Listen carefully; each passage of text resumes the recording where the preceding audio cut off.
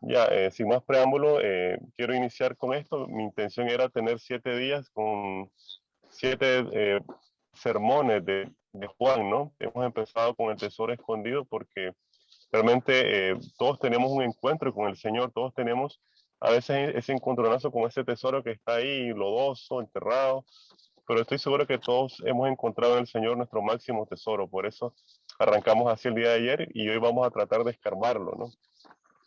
El Evangelio según San Juan es un evangelio como se conoce asinóptico. No es parecido a Mateo, a Marcos, a Lucas. Algunos eruditos lo colocan como el último del canon bíblico, ¿no? Incluso después del Apocalipsis. Algunos dicen, por ejemplo, que en Apocalipsis al apóstol Juan se le presenta en Patmos el verbo hecho carne. Y precisamente una vez que se le presenta el verbo, así es que empieza el Evangelio según San Juan. Dice, el verbo fue hecho carne y habitó entre nosotros, y luego lo declara contundentemente como Dios. Contra cualquier doctrina, sobre todo los arrianos en el primer siglo cristiano, eh, Juan es contundente y habla que la palabra de Dios, el verbo hecho carne, es Dios mismo, ¿no? Y estaba con Dios desde la creación y por todo, por el medio de él, por medio de Jesús, fueron hechos los cielos y la tierra. En el Evangelio según San Juan encontramos un sinnúmero de pasajes maravillosos, hermosísimos, ¿no? Por ejemplo, en Juan 1.29, ya arrancando el capítulo, Juan declara, ¿no? En la voz de Juan el Bautista, es aquí el Cordero de Dios que quita el pecado del mundo. Mientras otros profetas y también patriarcas declaraban, ¿verdad?, el Cordero como un símbolo de la inmolación que fue dado de la fundación del mundo. Encontramos en el Evangelio según San Juan, por ejemplo, los famosos 7 yo soy, ¿se acuerdan? Por ejemplo, encontramos a un Jesús que se levanta un día y dice, yo soy el agua que da vida. Encontramos a un Jesús allá en Juan capítulo 14 que dice, yo soy el camino, la verdad y la vida. Encontramos a un Jesús en Juan capítulo 10 que dice, yo soy el buen pastor. Pero no me quiero adelantar porque parte de estos 7 yo soy es que quiero presentarles en esta semana. Y realmente que los invito a leer el Evangelio según San Juan. La culminación del Evangelio según San Juan, el capítulo 20 y 21, es contundente también. Cuando digo que San Juan fue escrito ya por el año 96, algunos lo colocan en el 90 después de Cristo, es muy seguro que San Juan, el apóstol amado, haya tenido a su mano tanto Mateo, el libro de Mateo del apóstol, como también de Marcos y de Lucas, ¿no? Y por eso tiene una gran intencionalidad en todo lo que él escribe, porque seguramente dijo, bueno, Mateo no escribió esto, Marcos tampoco, Lucas tampoco, entonces yo voy a escribir esto. En cada uno de los capítulos de Juan, él presenta una necesidad, presenta un problema y presenta a Jesús como la solución. Encontramos por ejemplo, a una mujer adúltera, encontramos a un hombre quebrantado su salud, en capítulo 5, por ejemplo, un paralítico, encontramos a un ciego, encontramos a gente hambrienta, encontramos a un muerto, encontramos una boda, encontramos, es decir, un sinnúmero de pasajes en los que yo creo que cada uno de nosotros nos identificamos en diferentes épocas de nuestra vida. Si tú tienes hambre, Jesús es el pan. Si tú tienes sed, Jesús es el agua de vida. Si tú tienes a un muerto, como casi todos nosotros hemos sido heridos por esta pandemia, Jesús dice, yo soy la resurrección y la vida. El que cree en mí, aunque esté muerto, vivirá. Es maravilloso. Yo les invito a que con mucha oración leamos este evangelio, porque las lecciones que tiene para darnos en este día, en este momento, en esta pandemia, son contundentes. Y en esta ocasión yo quiero hacer alusión a uno de los grandes yo soy, aplicado también a nuestra vida, ¿sí? Antes de empezar entonces con nuestro pasaje, quiero preguntar, no es que sea falta de fe, ¿no? Pero es que ayer tuvimos un corte, pero Arturo, ¿me estás escuchando? ¿Me estás viendo bien? Claro que sí, Cristian. Sí te escucha bien, está bien. Amén, pues Dios está contestando nuestras oraciones. Muy bien, vamos a ir rápidamente entonces al Evangelio según San Juan, el capítulo 6. Vamos a ir al Evangelio según San Juan, utilicemos nuestras Biblias, los que tienen acceso físico, si no el electrónico. Juan capítulo 6, ¿sí? Y rápidamente yo les invito a leer todo el capítulo porque es una perla, ¿no? Y vamos a escarbar en este tesoro escondido, vamos a escarbar, vamos a tener un encuentro con Jesús como seguramente lo tuvieron hace casi 2000 años estas personas, ¿no? Yo les voy a leer, ¿sí? Juan capítulo 6, versículo 4. El contexto de Juan capítulo 6 es este. Dice, estaba cerca, ¿qué cosa? La Pascua, la fiesta de los judíos. Y cuando Jesús alzó los ojos, vio que había venido a él gran multitud y dijo a Felipe, ¿de dónde compraremos pan para que coman estos? Todos lo tenemos, ¿verdad? Tenemos a 32 participantes, gente que se nos ha agregado, le damos la bienvenida a todos. La escritura nos sitúa entonces en el contexto de la Pascua, la gran fiesta, dice Juan, de los judíos. Recordemos la Pascua era la celebración del paso de la esclavitud, del éxodo, ¿no? Hacia la libertad. Y como símbolo cristiano, nosotros tenemos la Santa Cena, ¿no? En la que comemos el pan y el vino. Y celebramos también a Jesús como ese cordero inmolado, como ese pan de vida, como ese vino que también nos da la vida eterna. Pero en este contexto, la gente venía a Jesús para ser sanados, para escuchar su doctrina. Y dice la Santa Escritura de que había ¿qué cosa? Una gran multitud. Hoy vemos acá 32 participantes, a lo mejor entre familias representamos 100 personas. Pero la Escritura dice que por lo menos en una de las multiplicaciones de los panes habían 4.000 personas, aquí habían 5.000. Entre niños y niñas se calcula con las mujeres, ¿verdad? Casi 12.000 personas. Y entonces hay una inquietud. Dice que Jesús se le acerca a uno de sus discípulos, que era ¿cuál? Era Felipe. Y Felipe de seguro era un hombre calculador. Y encontramos en diversas ocasiones a Felipe. Es interesante su vida porque los pasajes que se refieren a él nos lo acerca una persona muy inquisidora, muy esquemática. Y Jesús le pregunta directamente a Felipe, Felipe, ¿cómo vamos a hacer para darle comer a esta gente? ¿No? Y Felipe, miren lo que contesta. Quiero que me acompañen para sentir esto que me están escuchando. Versículo 6. ¿Quién me puede leer el versículo 6? Yo le leo. Por favor. El 6 dijo hermano, ¿no? Sí, por favor. Bueno, pero esto decía para probarle, porque él sabía lo que había de hacer. Amén. Muchísimas gracias, hermana. Jesús pregunta y tiene una intención en preguntar. Dice que Jesús le preguntaba para qué, hermana, para probarle. Porque Para exactamente. probarle. Ya, la palabra de Dios sin duda nos dice que aquellos que vienen al Señor vamos a sufrir tribulación, vamos a sufrir pruebas. Y los discípulos tan cercanos a Jesús no estaban exentos, ¿no? No estaban exentos a sufrir este tipo de pruebas. Y la Escritura nos dice que Jesús hizo esta pregunta para ver la fe de quién, de Felipe. Ya hay momentos que nosotros como cristianos hemos vivido tribulación, y por lo menos en mi vida yo lo he visto, ¿no? En mi vida he visto muchas pruebas en las que el Señor también me pone para poder ejercer mi fe y para poder fortalecerla. Yo creo que sin duda en el contexto en el que estamos viviendo, todos hemos pasado por diferentes tribulaciones, ya sea económicas, ya sea laborales, ya sea emocionales, familiares, pero sobre todo ahora de salud. El hermano Silverio, por ejemplo, ha batallado mucho y seguimos orando por él.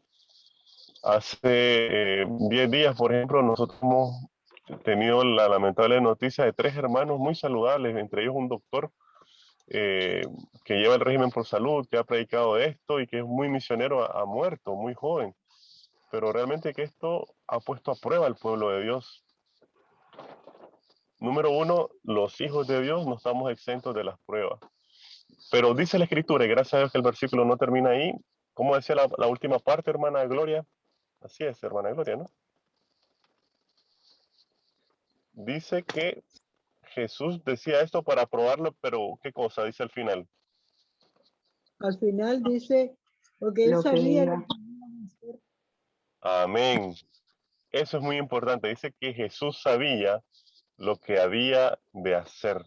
Dios sabe lo que tiene que hacer, hermanos. Hay momentos en que nosotros no sabemos. Hay momentos en que nos preguntamos los por qué. Pero Dios sabe los por qué y los para qué, ¿no?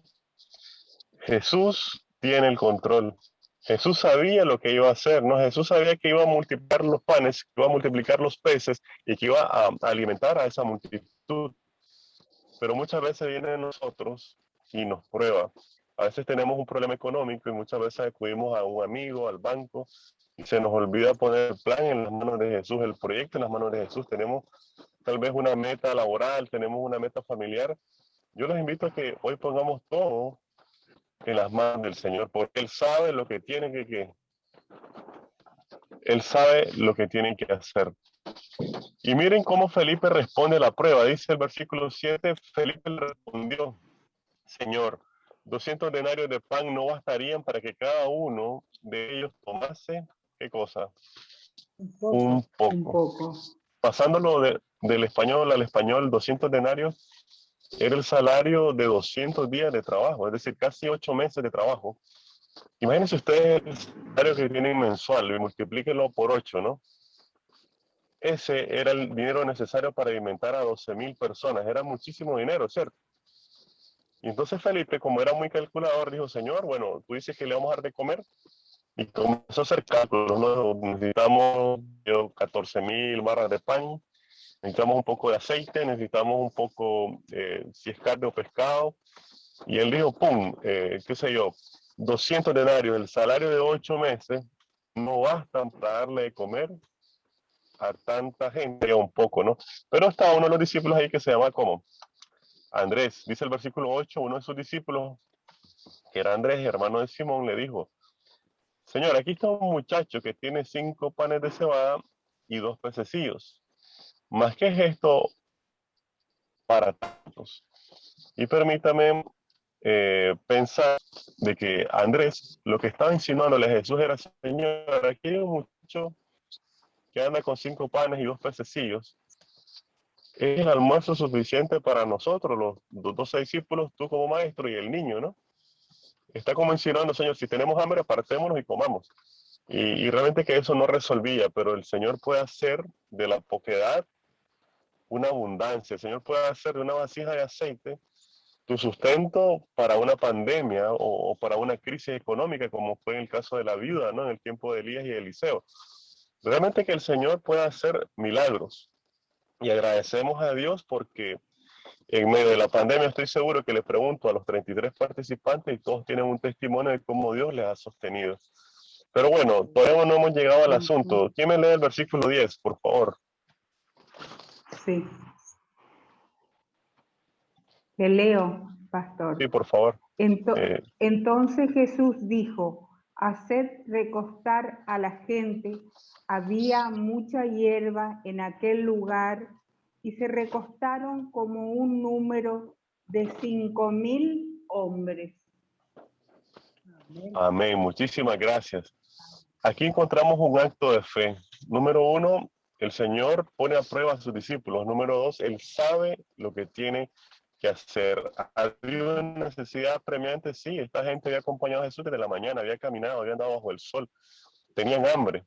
Y cuando Jesús los manda a recostar, pone a prueba tanto a los discípulos como a la gente que se recuesta. Si yo tengo hambre, yo trataría de despedirme de Jesús y me voy, ¿no? Pero como la multitud lo sigue, seguramente a pie, cuando ellos se recuestan sobre la hierba, tienen una señal de, como hemos visto, maravillosa escuela sabática, ¿no? La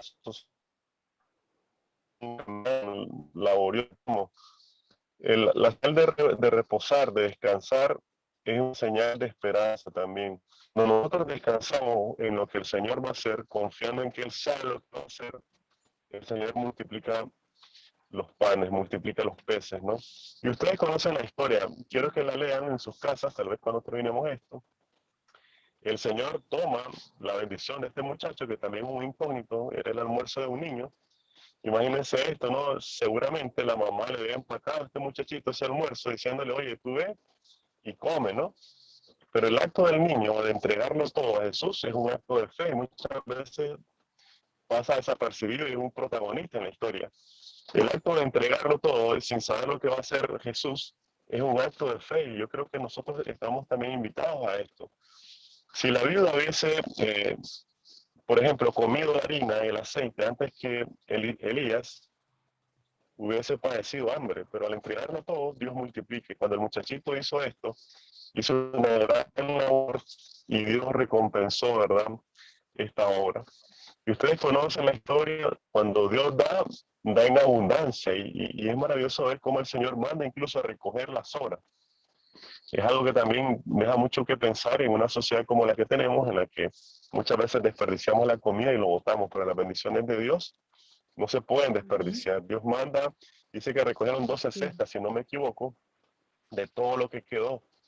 Qué bonito, qué bonita obra, ¿no? Y cómo el Señor es capaz también de darnos algunos detalles. Y Juan, que vivió este momento, en su epístola, en su evangelio lo hace, ¿no? Pero he venido a hablar solo de esto. Curiosamente, en el capítulo, versículo 48, que busquemos, vamos a ver una aplicación poderosa que el apóstol nos hace ver. ¿Lo tenemos? Repite el versículo, Cristian, que se te fue medio corto. Perdón, versículo 48, ¿sí? ¿Me escuchan? Sí. 48. Vamos a ver. Sí, alguien por favor que lo lea. Yo soy el pan de vida. Amén. La multitud que seguía a Jesús lo seguía en mayoría por los milagros que hacía y por las necesidades que estaba satisfaciendo. Pero Jesús en ocasión de la Pascua se levanta y dice este gran yo soy, como yo le decía del Evangelio según San Juan, dice yo soy, ¿qué cosa? El pan de vida. Cuando él dice yo soy, está haciendo alusión a la misma persona, en su pronombre personal, así como también en el mismo verbo que se le presentó allá a Moisés en el desierto, ¿no? Como el gran yo soy. Y Jesús tocándose el pecho, lo vamos a ver, dice, yo soy el pan, pero no es cualquier pan, sino que es el pan que da vida. Y hay una alusión asombrosa, ¿no? Casi todos nosotros tenemos un dicho, ¿no? Que trabajamos para comer. O a veces algunos dicen comemos para trabajar y es un dilema, ¿no? Pero casi todos nosotros vamos a buscar el pan diario, incluso en el Padre Nuestro encontramos esa alusión, Señor, danos el pan nuestro de cada día, ¿no? Y desde que nosotros salimos del Edén con Adán, la búsqueda de este pan nos ha llevado a circunstancias penosas. Pero sin duda nadie puede vivir sin comer, ¿cierto? Y el pan tiene que ver, por ejemplo, con la comida tiene que ver con el primer pecado, cuando Adán y Eva fueron tentados, ¿verdad? Por Satanás, por la serpiente antigua, a comer del fruto prohibido. Así también encontramos, por ejemplo, a Daniel en la corte babilónica, de la manera en que él fue tentado con los manjares del rey. Encontramos a Jesús en la primera tentación, que el diablo le dice, manda que estas piedras se conviertan en pan. Y sin dudas, hermanos, en la vida hay diferentes tipos de panes, ¿no? Ustedes pueden ir a cualquier supermercado y hay diferentes tipos de pan. Hay pan suave, pan dulce, pan integral, pero hay realmente panes diversos. Yo les confieso, por ejemplo, que yo nunca había probado el verdadero pan. Hasta hace poco tuve la oportunidad de estar en un país en el que el pan era un pan de verdad y yo me di cuenta que lo que yo había comido en el mío, en mi país, era una masa de harina dulce, ¿no? Que era un engaño. Y cuando yo probé ese pan, era un pan que me sustentaba como 6, 7 horas. Y así sucede en este mundo, ¿no? Cuando nosotros ingerimos teorías falsas, un falso cristianismo, estamos ingiriendo un pan que no es un pan de vida. Jesús dice, yo soy el pan que da vida. Es un pan que sustenta, un pan que te da la vida eterna. Y quiero que sigamos leyendo, hermana, gracias por su participación. Síganos leyendo el siguiente versículo, el 49 y el 50, por favor. Vuestro. ¿El 49? Sí. Sí, por favor, 49, 50 y 51, si no es mucha molestia.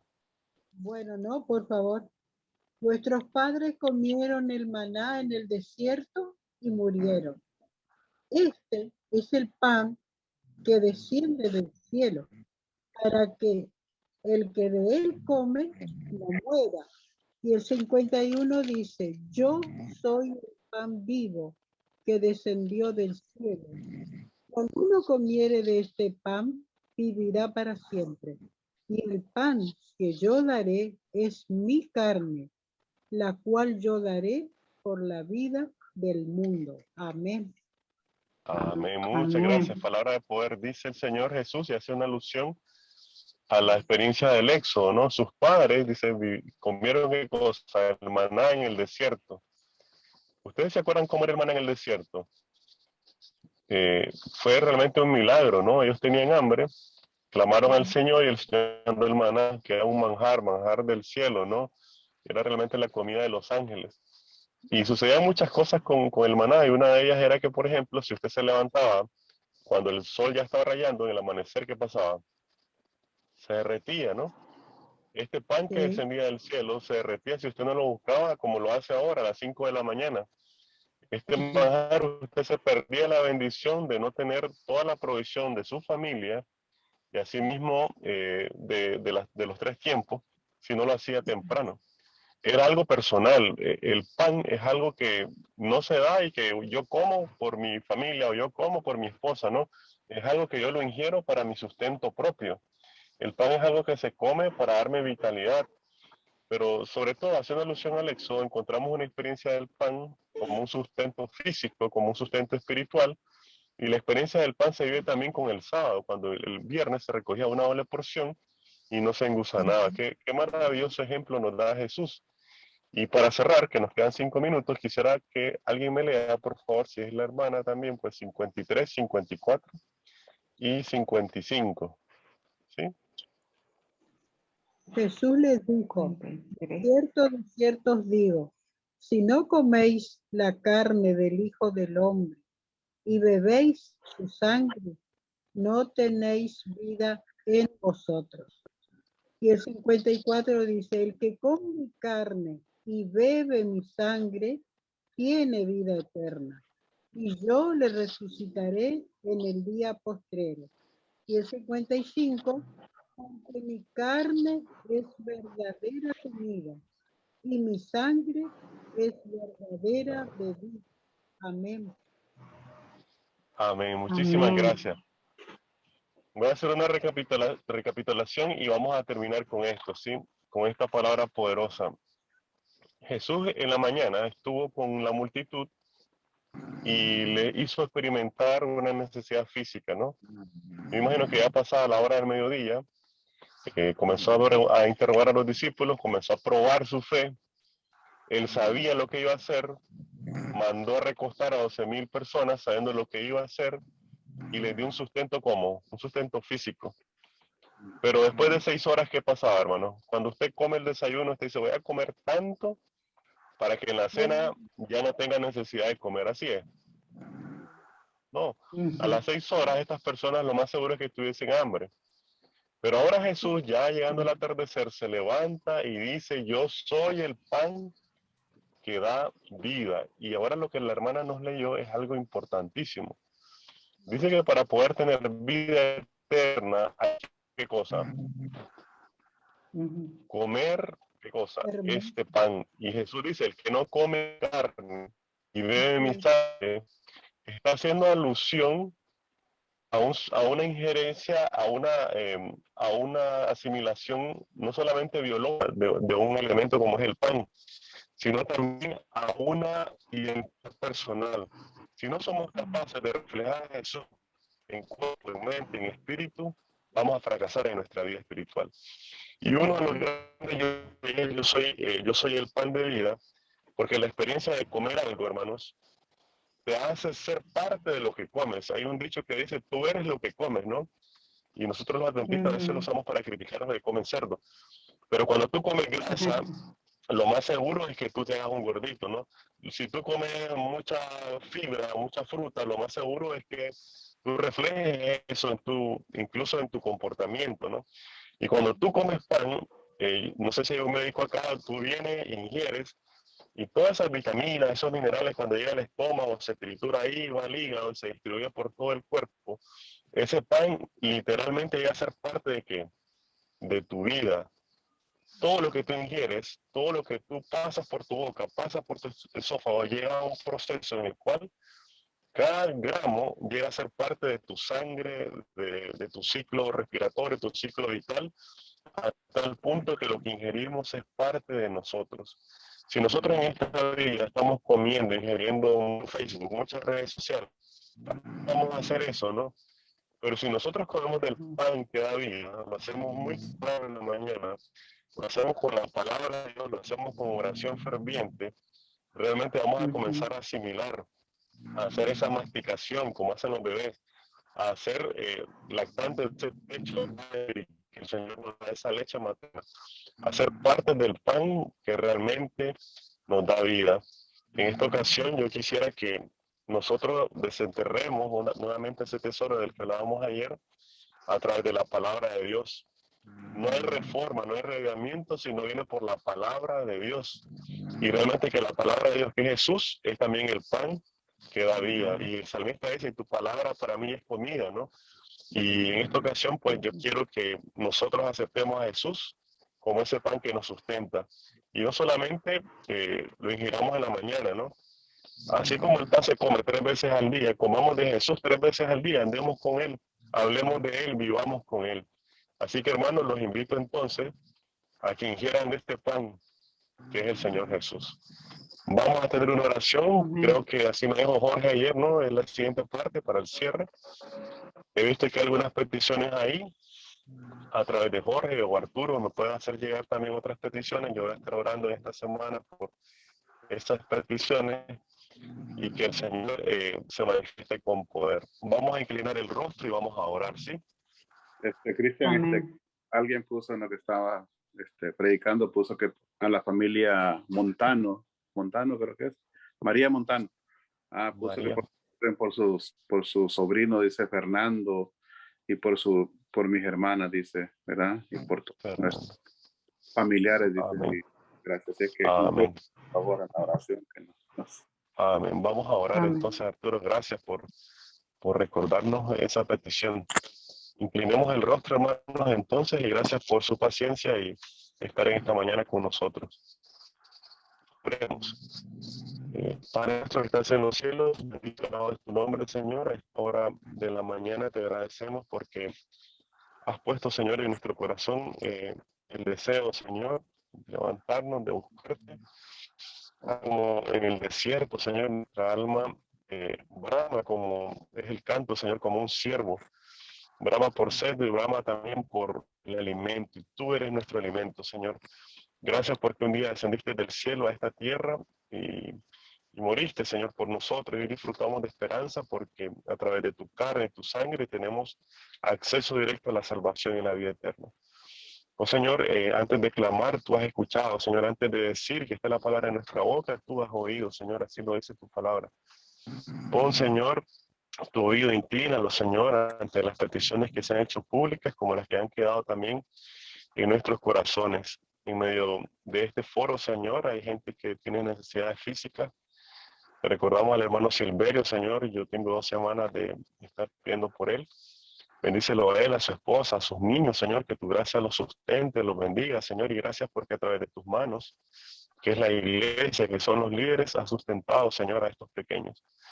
Bendice, Señor, a nuestra hermana Montano, ella pide por Fernando, pide por su hermana. No sabemos qué están pasando, Señor, pero ahí que tu gracia y tu presencia esté con ellos. Así que también, Señor, te pedimos por el liderazgo del pastor Daniel, de Arturo, de Jorge, Señor, de Miguel, creo que también es otro líder de esta iglesia, que tu gracia, Señor, sea con la iglesia de Sabana, y que, Señor, como tú no tienes límite del tiempo en el espacio, que tu bendición sea con nuestros hermanos allá en Argentina, en México, y donde nos sintonicen, Señor, que tu gracia sea con tu iglesia en este tiempo, en este lugar, y claro, Señor, en que sabemos que tú sabes lo que estás haciendo. A veces nosotros tenemos preguntas, pero tú sabes lo que vas a hacer, Señor. Bendícenos pues en este día, que sea un día de victoria, que sea un día ya sea laboral, de estudios o en casa, Señor, pero sea un día de victoria en ti, Señor. En ti descansamos, en el nombre de Cristo Jesús. Amén.